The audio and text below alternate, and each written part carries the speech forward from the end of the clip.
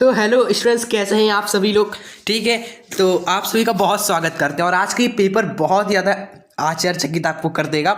इसके पहले भी अगर आपने इंग्लिश का पेपर देखा होगा ना, हमने एक कराया था, ठीक है, 1-2 हफ्ता पहले इंग्लिश का पेपर। और ये पेपर हाल ही में पूछा गया है एग्जामिनेशन में, इंग्लिश का 2025 के हाल ही में ही पेपर में, ठीक है। और जो हमने पिछले पेपर्स में बताया था, सेम टू सेम चीज़ें इसमें फंसी हुई है। काफ़ी सारी चीज़ें आप खुद देखेंगे।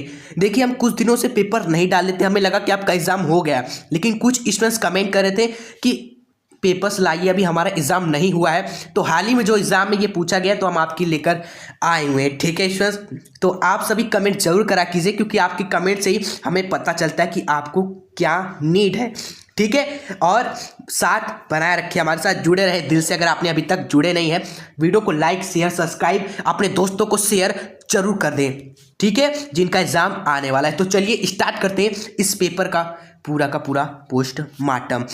Let's start. तो सबसे पहले तो स्टूडेंट्स, यहाँ पर एक जो पैसेज पूछा गया है ना स्टूडेंट्स, आपका कितने नंबर का है? 15 नंबर का ये जो पैसेज है, जो हमने आपको पिछले पेपर में बताया था इंग्लिश के, याद है कि नहीं देखा है तो प्लेलिस्ट में आपको वो वीडियो मिल जाएगा। प्लेलिस्ट में मिल जाएगा, आपको खुद ही दिखेगा कि सेम टू सेम पैसेज आ गया है जो भी हमने कराया था। देखिए, हम नहीं कहते कि सेम टू सेम रिपीट होता है स्टूडेंट्स, हम ये बिल्कुल भी नहीं कहते, लेकिन हो जाता है रिपीट, तो हम क्या करें, ठीक है। तो आइए, सेम टू सेम पैसेज है। कैसे हमने सॉल्व कराया था, हमने दोस्तों आपसे कहा था नहीं समझ में आ रहा तो ट्रिक से भी कर सकते हो, लेकिन ट्राई करना पैसेज को समझने का, ये हमारा गोल रहना चाहिए। अगर नहीं समझ में आता पैसेज, आप ट्रिक अप्लाई कर सकते हो, ठीक है। जैसे यहाँ पर ये क्वेश्चन पढ़िए। क्वेश्चन है कि how is man life measure. तो समझ पा रहे तो समझ के आंसर खोज लीजिए, नहीं समझ में आ रहा तो आप स्टूडेंट्स पैसेज में एक ऐसा लाइन खोजिए जहां पर आपको दिख रहा हो ये वर्ड लिखा हुआ, मैचिंग दिख रहा हो, मैंस लाइफ मेजर्ड आपको दिख रहा हो, ऐसे सेंटेंस में खोजिए इसी पैसेज में कि ऐसा कौन सा सेंटेंस है जिसपे लिखा है man life measure, man life measured. बस वही सेंटेंस आपका आंसर हो जाएगा। ये ट्रिक है आपका, ठीक है। हमें नहीं समझ में आ रहा सवाल क्या है कैसे है, हम ट्रिक अप्लाई करेंगे, हम देखेंगे कहाँ पर लिखा गया मैन लाइफ मेजर। हम पाएंगे स्टूडेंट्स यहाँ पर man life is not measured by the numbers of day months and year. देखो यहाँ पर ही इसी सेंटेंस में लिखा गया मैन लाइफ मेजर। तो ये सेंटेंस कहाँ शुरू हुआ, यहाँ से कहाँ खत्म हुआ, कहाँ खत्म हुआ, कहाँ खत्म हुआ, यहाँ पर। तो यही तो आपका आंसर हो गया फर्स्ट का। जी हाँ, यही आंसर हो गया। और जो समझ के भी करेंगे वो भी यही आंसर लिखेंगे आपका, ठीक है। चलिए सेकेंड क्वेश्चन पढ़ते हैं। उसके बाद स्टूडेंट सेकंड क्वेश्चन है कि what should man prefer to do in life, ये सवाल है, ठीक है। तो आइए देखते हैं। प्रेफर टू लाइफ के बारे में स्टूडेंट्स कहीं पैसेज में आपको बताया होगा जरूर। आप जरा थोड़ा सा ध्यान से पढ़ेंगे पैसेज को। तो एक दोस्तों लाइफ के बारे में यहाँ लिखा गया है कि what is the real significant of life. तो इस लाइन को पढ़ेंगे तो क्या मतलब निकल रहा है कि जो रियल सिग्निफिकेंट है लाइफ का is not the quantity but the quality of experience, ठीक है। और कहीं लाइफ के बारे में स्टूडेंट्स लिखा है, यहाँ पर भी लिखा है a short life devoted to the noble individuals is for the more valuable than a long life of over 100 years spend in trivial pursuit, ठीक है। तो ये आपका जो लाइन है, ये जो आपका सेंटेंस है, ये ही आपका आंसर है इस सेकंड का स्टूडेंट्स। पूछा यही ना गया कि यही पूछा गया कि एक आदमी को अपनी ज़िंदगी में क्या करना प्रेफर करना चाहिए। इंसान को अपनी ज़िंदगी में अपनी लाइफ को डिवर्ट करना चाहिए अच्छे कर्मों में, वही सबसे ज़्यादा महत्व रखता है, ठीक है। ना कि आप बहुत बड़ी ज़िंदगी जियो, हज़ारों साल की 100-200 साल जियो, लेकिन कुछ काम ही नहीं किया। तो अच्छा काम करें, अपने लाइफ को अच्छे चीज़ों में डिवोट करें, devote his life to noble individuals. यही क्या है, मोर वैल्यूबल है than a long life of over 100 year spend in trivial pursuit. ये आपका सेकंड क्वेश्चन का आंसर देख रहे हो। यहाँ पर दिमाग भी थोड़ा सा लगा जरूर, इसलिए कहा जा रहा है कि ट्रिक भी अप्लाई करने की कोशिश कीजिए और थोड़ा सा दिमाग भी लगाइए स्टूडेंट्स। जब ये दो चीज़ें मिलेंगी ना, तभी आप अच्छा पूरा नंबर आपको मिल पाएगा 15।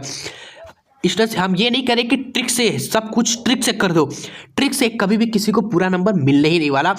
माइंड भी लगाइए और ट्रिक भी लगाइए, तभी आप फोड़ पाएंगे, ठीक है।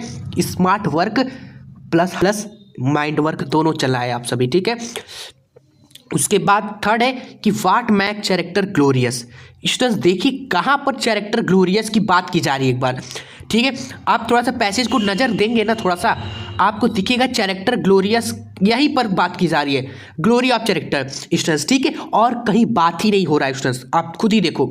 तो ये शुरू कहाँ से हुआ ये सेंटेंस भाई? शुरू शुरू शुरू शुरू शुरू शुरू शुरू शुरू शुरू यहाँ से शुरू हुआ ना आपका, यहाँ से, और कहाँ तक गया? यहाँ यहाँ यहाँ यहाँ यहाँ तक गया आपका। तो स्टूडेंट्स आपका यहाँ से यहाँ तक हो गया तीसरे का आंसर आपका, ठीक है। मज़ा आ रहा है कि नहीं आपको? चलिए उसके बाद है आपका चौथा और पांचवा, इसमें पूछा गया है सिनोनिम्स ऑफ अचीवमेंट, और पांचवें में पूछा गया एंटोनिम्स ऑफ ट्रिवियल आपका, ठीक है। तो ये देखिए थोड़ा सा दिमाग लगाना पड़ेगा आपको, सिनोनिम्स एंटोनिम्स आना चाहिए वैसे। सिनोनिम्स अचीवमेंट का हो जाएगा एकम्प्लिशमेंट, क्या हो जाएगा? एकम्प्लिशमेंट। और एंटोनिम्स ऑफ ट्रिवियल का हो जाएगा सिग्निफिकेंट, सिग्निफिकेंट महत्व स्टेंस, ट्रिवियल का ही क्या होता है? एंटोनेम होता है, ठीक है। चलो चलिए थोड़ा अच्छा भी लगा ये पैसेज हमें। चलिए उसके बाद आपका राइटिंग सेक्शन आता है। टेंशन मत लीजिएगा स्टूडेंट्स, ये कभी कभी आपके पेपर में इजी भी आता है, कभी कभी हार्ड भी आता है, दोनों चीज़ें होती हैं, ठीक है। तो आप मनाइएगा ज़रूर से कि ये वाला पार्ट जो हो ना वो आपके पेपर में इजी आ जाए थोड़ा, ठीक है। अगर हार्ड आता है फिर भी करना है, कुछ ना कुछ आपको दिमाग लगाना है, कहा ना, माइंड भी लगाइए और ट्रिक भी लगाइए, कुछ ना कुछ दिमाग लगा के लिख दीजिएगा जरूर से, ठीक है। राइटिंग सेक्शन में आएंगे, इसमें तो नंबर पक्के रहते हैं, आपको बस थोड़ा सा टेंस वगैरह आना चाहिए। बाकी प्रॉब्लम ऑफ एम्प्लॉयमेंट, बेरोजगारी की समस्या कौन नहीं जानता, ठीक है। अच्छे से इसको बस आपको लिखना होगा। प्रॉब्लम ऑफ एम्प्लॉयमेंट कम से कम 5 पेसेज में आपको लिखना है, 5 पेसेज में। पहले पेसेज में आप लिखोगे स्टूडेंट इंट्रोडक्शन कि एम्प्लॉयमेंट क्या है, क्या मतलब होता है, ठीक है, क्यों एम्प्लॉयमेंट होता है, बढ़ती जनसंख्या के कारण, और भी बहुत सारी चीज़ें इंक्लूड करेंगे आप सभी। उसके बाद सेकेंड पैसेज में आएंगे, एक लाइन छोड़कर, उसमें आप स्पेसिफिक प्रॉब्लम को पकड़ेंगे। जैसे पहला प्रॉब्लम जनसंख्या, बढ़ती जनसंख्या, उसको अच्छे से डिस्क्राइब करेंगे, क्या होता है बढ़ती जनसंख्या से स्ट्रेस, बेरोजगारी कैसे कैसे आती है अच्छे से। उसके बाद तीसरा पैसेज में आएंगे, दूसरी प्रॉब्लम को उठाएंगे, उसको अच्छे से डिस्क्राइब करेंगे 4 लाइन में। इसी तरह आप 5 पैसेज कम से कम लिखिए जरूर से, ठीक है, और 4 लाइन का, तब मिला के 2 पंचे 10 नंबर आपको मिलेगा, ठीक है स्टूडेंट्स। आप देखिए हमने यहाँ एम्प्लॉयमेंट, प्रॉब्लम एम्प्लॉयमेंट पर ये देखिए लिखा हुआ है स्टूडेंट्स क्या, ऐसे देखिए हमने पैसेज बाय पैसेज लिखा है, आप खुद ही समझिए। इस तरीके से आपको भी पेपर में लिखना है, कोई हेडिंग नहीं देना है, मन करे तो दीजिए, नहीं देंगे तब भी कोई दिक्कत नहीं है, पैसेज में रहना चाहिए, ठीक है। उसके बाद आता है आपका लेटर, ठीक है, आपको एडिटर को लेटर लिखना है, हमने बोला था आता जरूर है और आया है यहाँ पर। और आपको स्टूडेंट्स प्रिंसिपल को लिखने के लिए आता है स्टूडेंट्स, वो भी आया है। अगर आप सभी पुराने स्टूडेंट्स हो तो हमने इंग्लिश की पूरी स्ट्रैटेजी वीडियो बताई थी क्लास 11 की, उसमें हमने यही 2 लेटर भी डिस्कस किया था और यही सेम टू सेम आया भी है, ठीक है। तो स्टूडेंट्स कैसे लिखा जाता है आपको आता जरूर होगा, हमने भी सिखाया है, स्ट्रैटेजी वीडियो आप देख सकते हो, क्लास 11 इंग्लिश स्ट्रैटेजी एजुकेशन शस्त्र, सर्च करके आप जरूर देख लीजिएगा एग्जाम से पहले, ठीक है। उसमें लेटर हमने अच्छे से बताया है, ठीक है, बहुत सारी चीज़ें आपको बताई उसमें, ठीक है। चलिए, और ये जो लेटर है देख सकते हो इस तरीके से लिखा जाता है। पहले आप लिख दोगे टू द एडिटर, उसका नाम, पता, एड्रेस, ठीक है। उसके बाद डेट लिखेंगे, उसके बाद सब्जेक्ट लिखेंगे, उसके बाद स्टूडेंट्स आप डियर सर करके आपको 3 पैराग्राफ लिखना होता है, 3 पैराग्राफ, और हर एक पहले पैराग्राफ में रहता है आकर्षण कि भैया लेटर हम क्यों लिख रहे हैं, ठीक है वो। उसके बाद आप दूसरे पैराग्राफ में लिखते हो तकलीफ, आपको क्या तकलीफ है, ठीक है, आपकी सिटी में गंदा पानी आ रहा है तो आपको क्या तकलीफ है वो। तीसरे पैराग्राफ में आप लिखोगे कि भैया हाथ जोड़ रहे हैं, अब तो थोड़ा ध्यान दीजिए, इस प्रॉब्लम को ध्यान दीजिए, सॉल्व करिए, यही रिक्वेस्ट है आपसे, खत्म। उसके बाद लास्ट में थैंक यू लिखकर समाप्त करते हैं लेटर, ठीक है। अगर आपको और भी अच्छे से समझना है तो स्ट्रैटेजी वीडियो देख सकते हो। उसके बाद अगर नहीं आता तो आप ये भी कर सकते हो, ये भी आसान है, अप्रोच वही है जिस तरीके से आप लेटर का लिखते हो एडिटर वाला, उसी तरह ये भी अप्रोच होता है, आपने बताया है।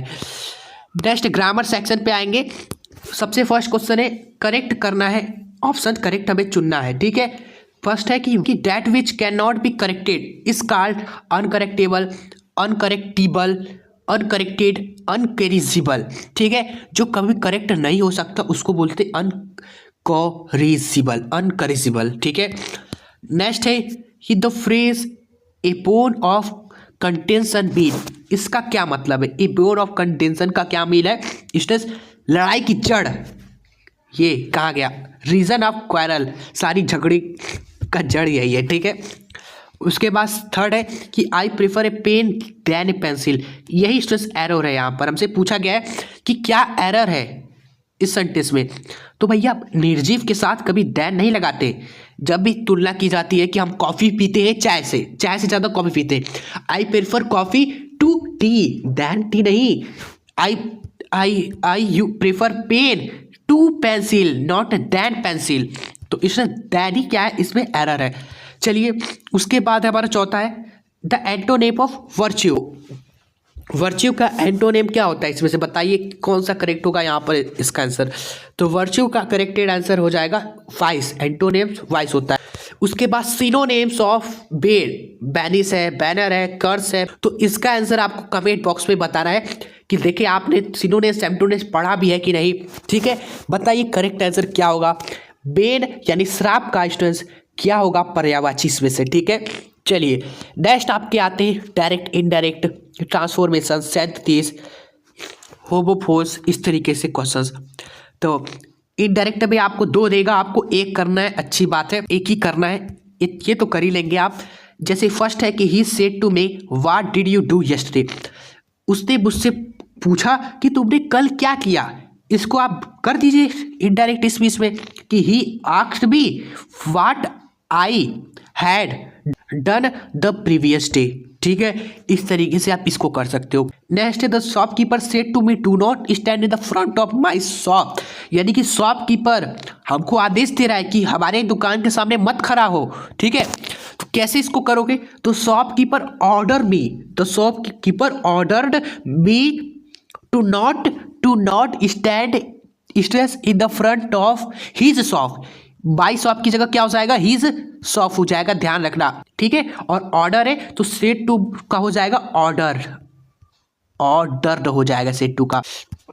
चलो उसके बाद हमारा है चेंज करना है इन सभी को, इसको पैसिवाइज में कर या फिर इसको पैसिवाइज में कर, तो एक आपको करना है। ठीक है, जैसे हम ये वाला कर दे रहे हैं कि she does not help the poor man.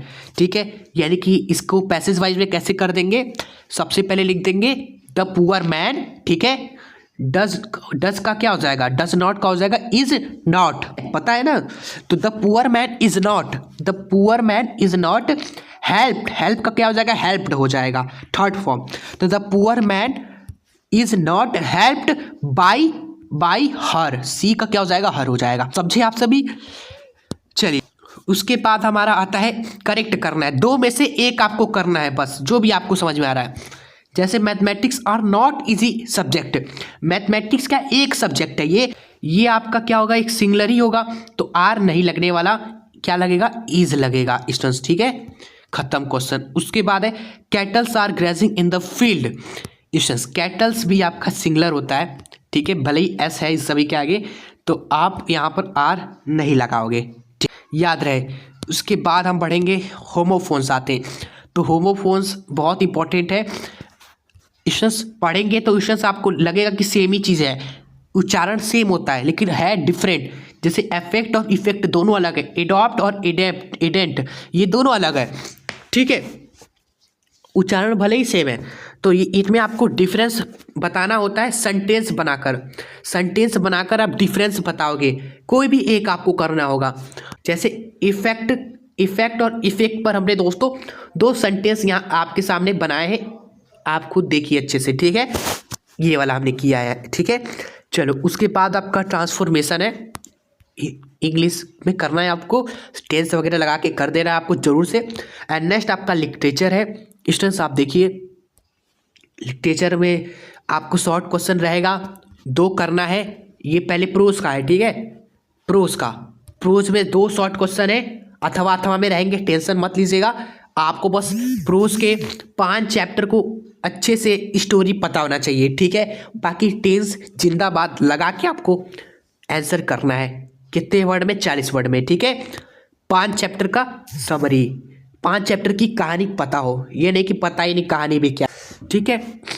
चलिए उसके बाद एक लॉन्ग भी रहेगा, प्रोज में से उठाकर आपको एक लॉन्ग क्वेश्चन भी देगा, ठीक है। अथवा में रहेगा, लेकिन एक ही आपको करना है, अथवा में रहेगा एक ही करना है, ठीक है। चलो उसके बाद प्रोज के बाद आएगा पोइट्री, तो पोइट्री से एक स्टेंजा आएगा, स्टेंजा जो कि हमने बताया आपको, the voice of rain, the voice of rain और चाइल्डहुड, इन्हीं 2 चैप्टर में से स्टूडेंट्स आपका क्या आता है, स्टेंजा उठाया जाता है और इन्हीं का ही सेंट्रल आइडिया उठाया जाता है। तो आपको बता दिया, रिवील कर दिया, तो आप जाकर इनको देख लीजिएगा, ठीक है, अच्छे से। तो चाइल्डहुड का इस देखिए आपसे उठाकर पूछा गया स्टेंजा, और इससे रिलेटेड देखिए ये क्वेश्चन पूछा गया है 3 2 नंबर का, ठीक है। अच्छे से पढ़ना है, 5 नंबर जो भी है, 6 नंबर स्टूडेंट्स आपको नहीं छोड़ के आना एग्जाम में, जरूर से, ठीक है। पढ़ लेना जो अभी हमने बताया, पोइट्री को तो एकदम अच्छे से देख लीजिएगा, ठीक है। देख रहे हो ना, childhood, voice of rain, central idea उठा के आ गया, करना आपको बस एक ही रहता है, जरूर से देखिएगा आप सभी। समझ लीजिए 11 नंबर, 12 नंबर तो यहीं पे आपको फिक्स हो जाएगा, और जो हमने इस पैसेज आपको बताया उससे आपके समझ लीजिए कम से कम 10 नंबर तो फिक्स ही हो गया वहाँ से भी, ठीक है। बाकी बना बनाकर काफ़ी चीज़ें आप करोगे, लेटर भी अच्छे से पढ़ लीजिए, वहाँ से भी आपके कितने नंबर के आते हैं लेटर, देखिए कितने नंबर के, भाई डरना बिल्कुल ही नहीं है। 10 नंबर का लेटर है, कितना नंबर हो गया, 30-32 हो गया आपका 100 में से। बाकी इसको बना के करेंगे 7 नंबर ही सही, 5 नंबर तो मिलेगा, 37 नंबर हो गया। इन सभी को बनाएंगे स्टूडेंट्स, टीचर उतना भी नहीं पढ़ता है, बनाकर थोड़ा सा स्टोरी लिखना है आपको कि कहना क्या चाहता है ये क्वेश्चन, आंसर क्या है, ठीक है। तो पास होने से कोई नहीं रोक सकता, अगर आपने थोड़ा सा भी दिल लगा के मेहनत किया ना, तो भाई 70+ आप ला सकते हो, ठीक है। जिन्होंने पूरा साल में मेहनत किया उनके लिए तो 90+ लाना बहुत ही आम बात है, लेकिन एक दिन में भी आप बहुत अच्छा नंबर स्कोर कर सकते हो, जो इंपॉर्टेंट चीज़ें हमने आपको बताया, अगर उसको ही पढ़ा अच्छे से। स्ट्रैटेजी वीडियो तो आपको जरूर देखना है, इंग्लिश का एग्जाम से पहले, चाहे कितना ही टाइम का हो, सर्च कर लेना है class 11th English strategy education शस्त्र, ये नाम देख लीजिए, एजुकेशन शस्त्र जरूर देख लीजिएगा, ठीक है। तो ये पेपर आप एंड करते हैं, बाकी ये सब सवाल आप देख लीजिए स्टूडेंट्स, ठीक है। जिस तरह प्रोज में आता है उसी तरह सप्लीमेंट्री में भी आता है सवाल, शॉर्ट क्वेश्चन, लॉन्ग क्वेश्चन। अब दोस्तों आपसे अलविदा लेते हैं, मिलेंगे आपसे नेक्स्ट वीडियो में। कैसी रही आज की वीडियो, बस हमें आपको गाइड करना था कि एग्जाम आ रहे हैं, जिनके एग्जाम आ रहे हैं वो बिल्कुल ही टेंशन ना ले, फोड़ देंगे आप एग्जाम में, अगर आप हमारे साथ जुड़े हुए हैं, जो हम बता रहे हैं अच्छे से पढ़ रहे हैं, ठीक है। चलिए बाकी एग्जाम में मजा के आइएगा, आप सभी को बेस्ट ऑफ लक आपके एग्जाम के लिए, और आपका पेपर कैसा जाएगा कमेंट में जरूर बताएं, और पेपर को सेंड भी जरूर कर दें। व्हाट्सएप ग्रुप, स्टडी ग्रुप जो हमने डिस्क्रिप्शन बॉक्स में उसका लिंक दिया है स्टडी ग्रुप का, जहाँ पर काफ़ी स्टूडेंट्स दिल से जुड़े हुए हैं, आप भी जुड़े और पेपर्स एक दूसरे की मदद करते रहे, आगे बढ़ते रहे, ठीक है। क्योंकि अकेले ग्रो करना मुश्किल है, जुड़ेंगे तो ग्रोथ 100 गुना बढ़ जाएगी, ठीक है हम सभी की। चलिए मिलते हैं नेक्स्ट वीडियो के साथ, तब तक के लिए हंसते रहे, खुश रहे, आगे बढ़ते रहे। जय हिंद, वंदे मातरम।